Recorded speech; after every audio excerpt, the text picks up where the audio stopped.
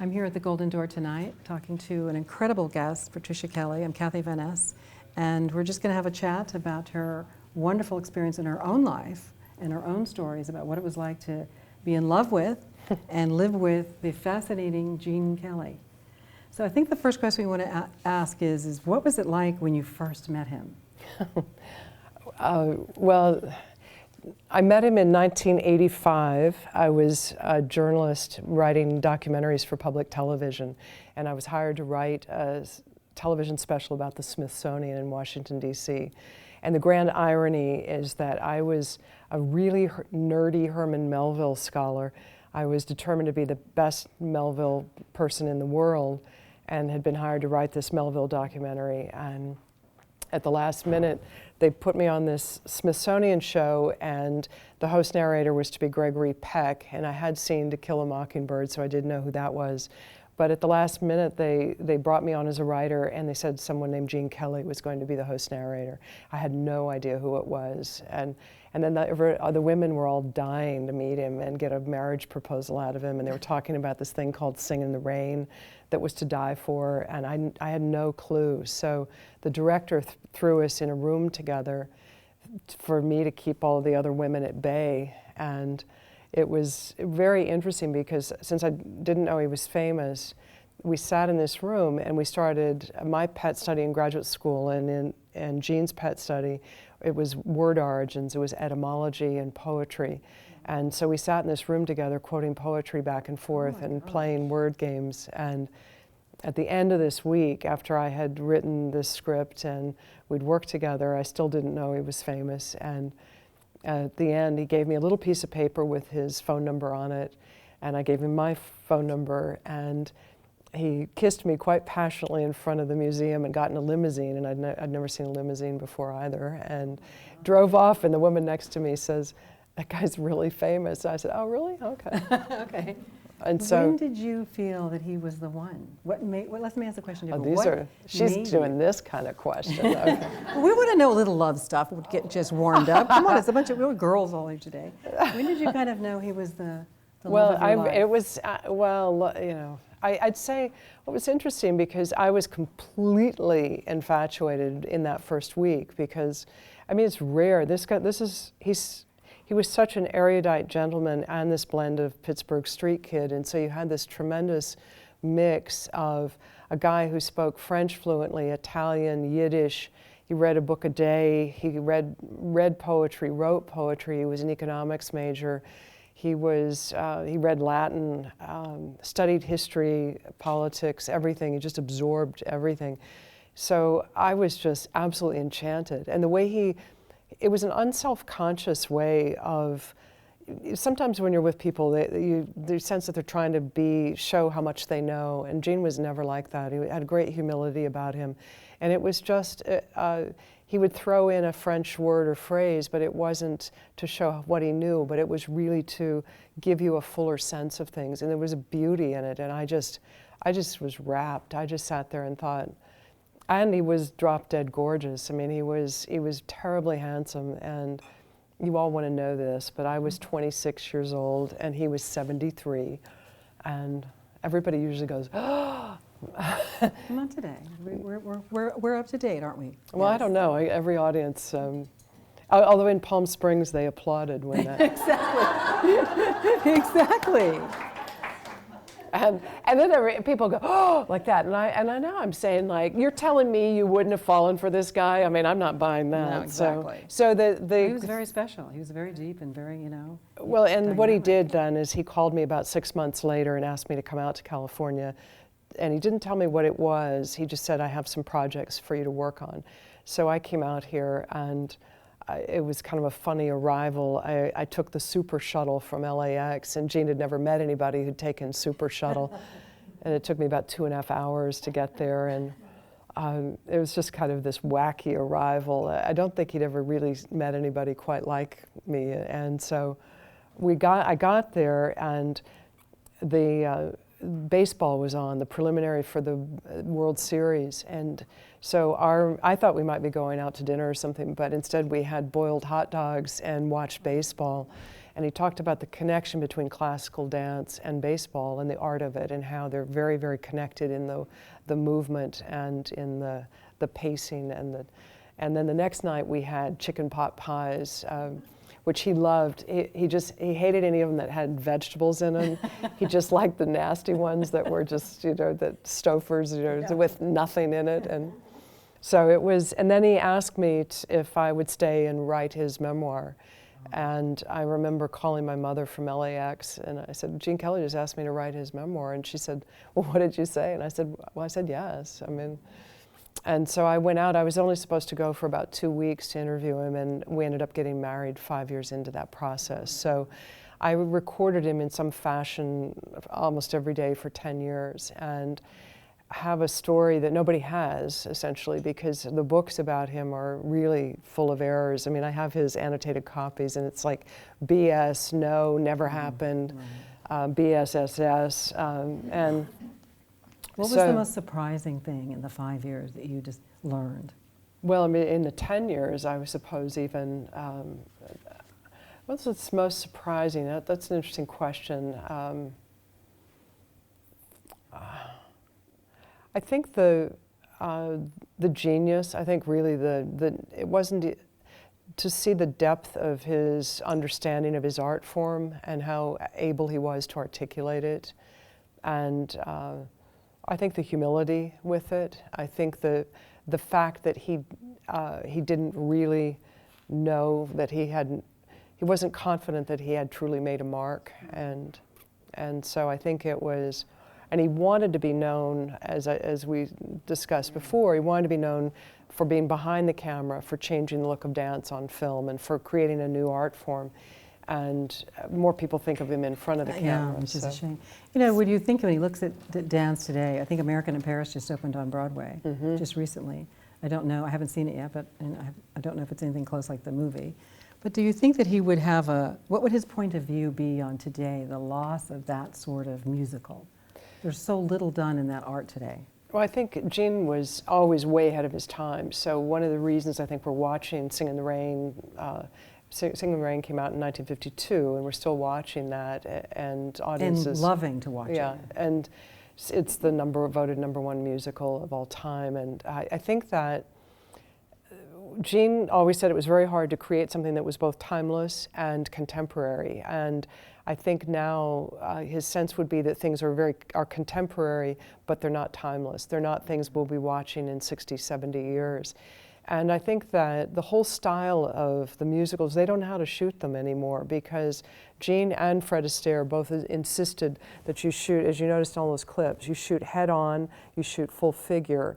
You don't put the camera down here and shoot at some weird angle and distort the body, and you don't shoot body parts. And the people always, I was on a panel in Bangkok at a festival, and they showed Sing in the Rain the night before, and they had the wrong aperture for the projector. So they came to me and they said, well, would you like us to cut off his head, or would you prefer we cut off his feet? Oh my gosh. Which we all laugh at. Yeah. We think, oh my God, you can't have Gene Kelly without his feet or without his head. But if you watch dance films today, very often all you see is a body part. You'll see a head turning independent of the body. You'll see toe shoes going like this. You'll see a hand. Very often they're not even dancers. They're actors that they have to cut up the body to make it appear like it's a dancer. Right, it's the or they'll cut away, the real dancer is way in the distance. I'm talking about Black Swan and Moulin Rouge and Chicago, and these things where lovely actors and people in them, but they're not dancers. So people have a sense of dance, a very distorted sense of dance. And on this panel, they said, well, you really have to dumb everything down for audiences now. You have to dumb it down for young people because they have no attention span. And I don't know what young people they're hanging around, because I go out in schools and kids are glued to this stuff. Right. And I think people are yearning for it. Absolutely. They're yearning especially for the new generation is desperate to understand things like this, especially cultural. They get it. Absolutely. And they'll look and they'll go, oh my God, there's no cut in that. And then, because Gene would usually shoot with one camera only, and if he cut, he would cut when he's turning so you don't notice the cuts. But now you look and it's all just hyperkinetic, kind of crazy MTV stuff. And I think if people would trust the audiences more and trust their sensibilities, the problem is they're very expensive to make. And you don't have, in MGM you had everybody under one roof. You had great costume people, arrangers, composers, dancers. Now you'd have to gather all that talent together. And I think, and then people just keep, it's like, it's easier to make, number 1, 2, 3, 4, just keep churning out the same stuff. And he danced with a lot of incredible people. Fred Astaire, and like you said, Frank Sinatra. Did he have any one dancer he felt was his real equal, or that he felt was just as talented? Jerry the Mouse. Is that right? No. Jerry, no. People always asked who his favorite partner was, and he never had a partner like Astaire. He chose the person to fit the role. So, but as far as an equivalent for him, that's an interesting question. There's...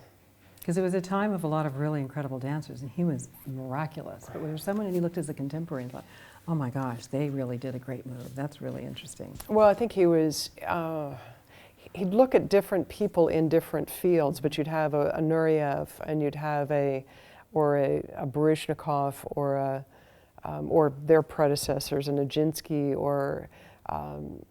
so he had people he admired like the top Spanish dancers, the top tap dancers, because he would take things from them, like Bill Robinson. Mm-hmm. A lot of the steps you see in Singin' in the Rain were from Bill Robinson, and so just simple folk steps and things. So I don't know that he admired other dancers, but it was more like there would be just different people in different fields in classical ballet or something. Now, he did all of the parts, as you said. He directed, he choreographed, he danced, he acted, he sang. How did he do all that when some of it was his own part? Well, it helped. He had great assistants behind the camera who had to watch to see. There's a number where he's dancing with himself, and he had to do it once, and then he had to go back in and recreate it. It's CoverGirl with Rita Hayworth. And it had never been done before. A computer today would do it very easily, but he had to have the people behind the camera watching to see that he hit the marks and his head was in the same place. And so he really he had to rely on people behind who understood musical beats and things like that, because obviously it's one thing if Clint Eastwood is in his own movie and directing it, but he's not singing, dancing, choreographing. And writing everything. Right. So, not to minimize Clint Eastwood, but right. But it's a different thing. And again, I don't think you have that kind of. You have somebody who might know how to do one of those. You might have a great singer, but they can't dance or they can't act. They have no personality. So you're getting the incredible opportunity to write this story. What is that like to keep revisiting it and going back and discovering more ways to write it? It's interesting. When I was first hired, I was first brought out as a ghostwriter, and then the tabloids obviously uncovered that, and I was on the cover of every Globe and Inquirer and Star, and so I was originally to be Jean and pretend to write as Jean, and that was really, I was hired for that, but I felt always like I was in the wrong clothes. I was writing in somebody else's clothes. And after he died, my agent was Irving Lazar, Swifty Lazar. Some of you might know Irving Lazar. He was so funny. He was about this tall, and he had big black glasses, and he used to come up to me and he'd go, "Listen, kid, just write the goddamn book." He said, "You'll make $1 million. You don't have to be Hemingway." and he was really supportive, and obviously because he was, but I don't mean that as a joke. It is funny, but I think Jean, he sensed that Jean wanted me to write this book, and I was I was not a name book writer, so I think Irving always took credit for our marriage because he figured he had been the matchmaker to make that happen, but. The tabloid said actually Michael Jackson made Jean do it, but I think that after Jean died, then I had another agent because Irving had died, and I had this woman in New York one of the real sharks, and I called her up. It was really odd because when Gene had a massive stroke at the end of his life and lived for 19 months, and his brain was intact, but he lost the use of his body. And so it was a pretty profound thing. We kept a lot of it out of the press, but it was that he was hospitalized and things. And so I never heard from her when he got sick. I never heard from her when he died. And I thought those are kind of odd, you know, if your agent doesn't call you. But I finally picked up the phone and I thought, I need to start writing because that's my livelihood. I mean, that was all I had. What I inherited from Gene was this story. And so I really wasn't ready to start, but I thought I needed to. And her response was, she said, not to be blunt, but he's dead. Oh my and gosh. there is no interest in Gene gosh. Kelly anymore. And that I is just kind of so- went into this like Oh my fetal gosh. position, and I was cowering on the floor, just crying, just thinking, oh my God, this is all my whole life has been recording this story. But then I started speaking around the world and went to Glasgow and different places, and I began to realize that she was entirely wrong, that it's kind of an East Coast mentality just that looks at it and thinks the story's already been told. And it has been told, but it's not the story. Other people.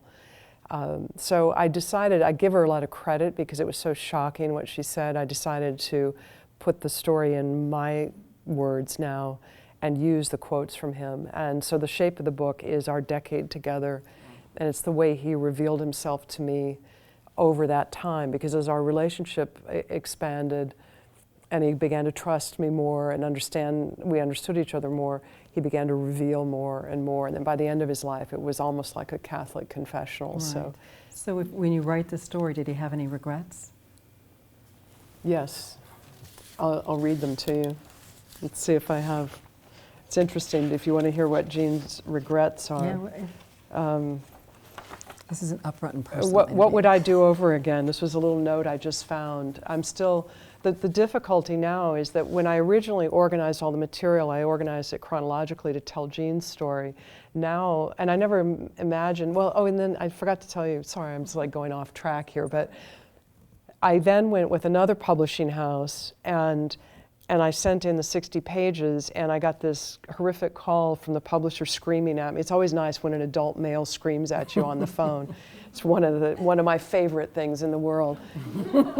Screaming at me saying, this isn't what we wanted, and we don't want his death and dying in this book, and we really don't want you in this book. This is just Gene Kelly, the American icon. And so I said, that's not the book I'm writing, and here's your money back. And so I swore that I would not get another agent right now, and I would also not get another publisher with an advance because I didn't want anyone to own.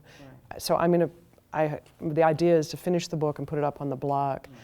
And then they said, well, nobody wants to know about Gene Kelly in decline. But when I speak around, everybody wants to know, how did he die? When did you know he was going to die? What did he face at the end of his life? And it's like, we're all going to do it. And I've had a lot of, the grief, how you deal with grief and loss, and how if you're dealing with a spouse or a parent. And so I decided that I would leave the death and dying in, and I would leave myself in. But I never organized the materials. So all these little notes and things, and all my notes, the things he wrote to me, I never thought would be in the book. And so now I have to go through boxes. So if you come to my house, it's 85 filing cabinets. I don't even have a sofa. You can't sit down, and it's all narrow archives. You can only go single file. And so my dogs, I'll go from my office to the archive, and they have to go down this, and I'll go, no, I'm going back there. And they can't, because you can't turn around. You have to back up. But this is a note I just found. It says, what would I do over again? Learn to play chess and bridge in that order, study Greek and learn Spanish, learn the piano to really play it, and he would read more and drink less in his Pittsburgh days of teaching. So those are Gene Kelly's regrets. They're not. So when do you think you're going to finish your book? Well, I've been touring with a one-woman show, which I created for his 100th birthday in 2012. And I launched at the Academy of Motion Pictures, and then it went to Lincoln Center in New York, and it just kind of grew like Topsy. So it's been, I just did the first international show in Zurich in January, and it'll go in, that's why I was giving out my card, because I'll bring it wherever. It's basically, if you build it, I will come. I really go around the world, and people will call me and say, bring it to Seattle, or bring it to Portland, or bring it to Ashland. So I'm on the road a lot with it, but I would like to be finished this year, and it would be nice if it came out next year. This is hard to believe, but next year I will have been working on it for 30 years. Oh my goodness. People, the book. It's like, but people always say, well, why is it taking you so long to write the book? And it's like, well, I'm not writing about Ernest Hemingway. It's the man I was in love with. And so when you find these notes, I mean, these are these little notes. I just found this one about a month ago. This is the note that he left for me the day we got married. And it says, this is it. You're stuck. Love, love, love your new husband.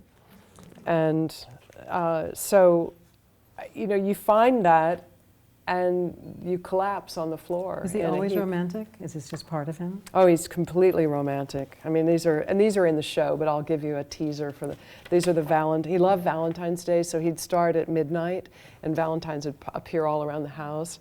And this is one, I'm glad you're my wife, guess who? And then this is one, he'd leave them around, they're very, very funny. And this is one, roses are red, white, pink, and yellow, you're my Valentine and I'm your fella. So, and then this was one, I mean, these are just, but you find these and you're so glad you have them, and yet then you cry for the entire afternoon. But this is one, I love you. It's just, but I think that I also had to process the grief of the loss, and I had to really figure out what is the story I want to tell, because there's so much, I have so much material. So it took time, and I think really going out and speaking with people like you, that it made me begin to hone it, and doing the show narrowed the focus. So now I feel ready, I feel strong enough to write the book.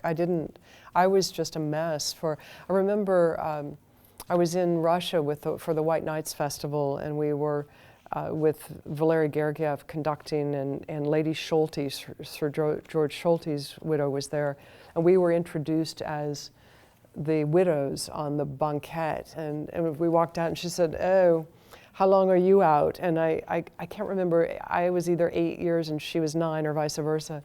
And I said, yeah, but I feel like my head was wrapped in cotton for 7 of those. And she said, oh, my dear, she said, I was wrapped in saran wrap. And I looked at her, I thought, here's this beautiful woman. She's Lady Schulte, and was a television journalist, and she's, this exquisite woman, and she fell apart. And I'm thinking, I was a mess, but I think that's what happens. And then you have to begin to reconstitute yourself. And I was speaking in schools, and these little kids are the best because they ask you questions but without any malice. Mm-hmm. And so I always say, okay, within these 4 walls you can ask me anything you want. And so they're always like, I say, you can even ask me how old I am. And they're like, how old are you? And one little boy raised his hand, and he said, Mrs. Kelly, we really appreciate your coming, and we've learned a lot about your husband and everything, and that means an awful lot. But what happened to your own identity?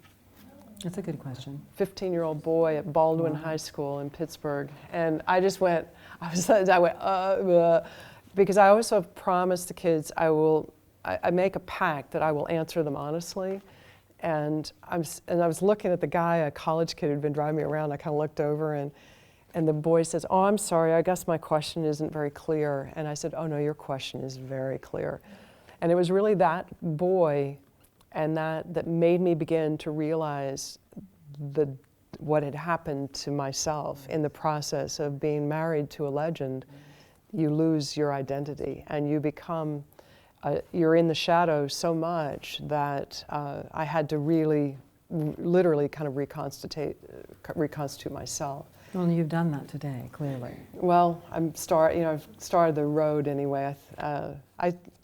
I think I have a better sense, and it's funny because I was a public speaker when I was young and very confident, and then I sort of literally lost my voice. I even began to kind of stutter, and so it was an interesting process of kind of a recovery and to begin to understand our relationship and the magnitude of it and why it was so special and why it really, what it meant, I think. Well, I have one question because I definitely want my audience to have time. So Okay. Our wonderful guests, because they're going to ask you a lot of questions, I know. You know, you have this incredible opportunity to leave a legacy that's from a different point of view of this artist that everybody sees as singing in the rain. And how do you see that legacy happening? Do you see you impacting it? Do you see yourself broadening it by giving him this new human side of frailty and of life, of what it was like to live with Gene Kelly? Well, I think he was very specific about how he wanted to be remembered, and I think he realized that he was more known for being on the screen, and he said, I'd like to be remembered for changing the look of dance on film and creating a particularly American style of dance. And in the history books, he gets lopped off in that. And so he said, if anyone is going to do it, it will be you. And so I felt like I had this, this is a guide. He gave me a very direct order. And it's an extraordinary legacy. He would be fine without me. I mean, he doesn't really need me, but I think that to the degree that I can introduce the breadth of his work and the magnitude of it and how he is responsible, because people say, oh, did he choreograph anything? And they don't realize he did everything, created, and how revolutionary it was, because it's all kind of taken for granted now. Yeah, it's so true. They don't realize the depth. I think that, and the humanity, because a lot of, when you read about him, you'll hear all these things like he was a taskmaster, he was difficult, he was a perfectionist. And I just found a quote, somebody said, oh, well, you're a perfectionist. And he said, absolutely. He said, I don't understand a professional who isn't, but he gets denigrated for that. And that it's a man I don't recognize, so in the books and the things online, I don't know who that person is, and it's not the person I knew, and the people I interviewed who knew him, who really worked and knew him well. So I think it's just more fun, and then the young people get him and love him and are inspired, and so he just kind of he's like the thing that just keeps going. And he died 19 years ago, so 19 years ago, February 2nd. But it seems like maybe 5 years, maybe yesterday. It's because he's so current, he's so cool. He's so cool. We hope we have your book. Yes, I'll come back. Maybe I can come back. I hope you do, and launch it here. We have a lot of people who launch books here, so it's really fun. Thank you so much for joining us. Yes, thank you for being here.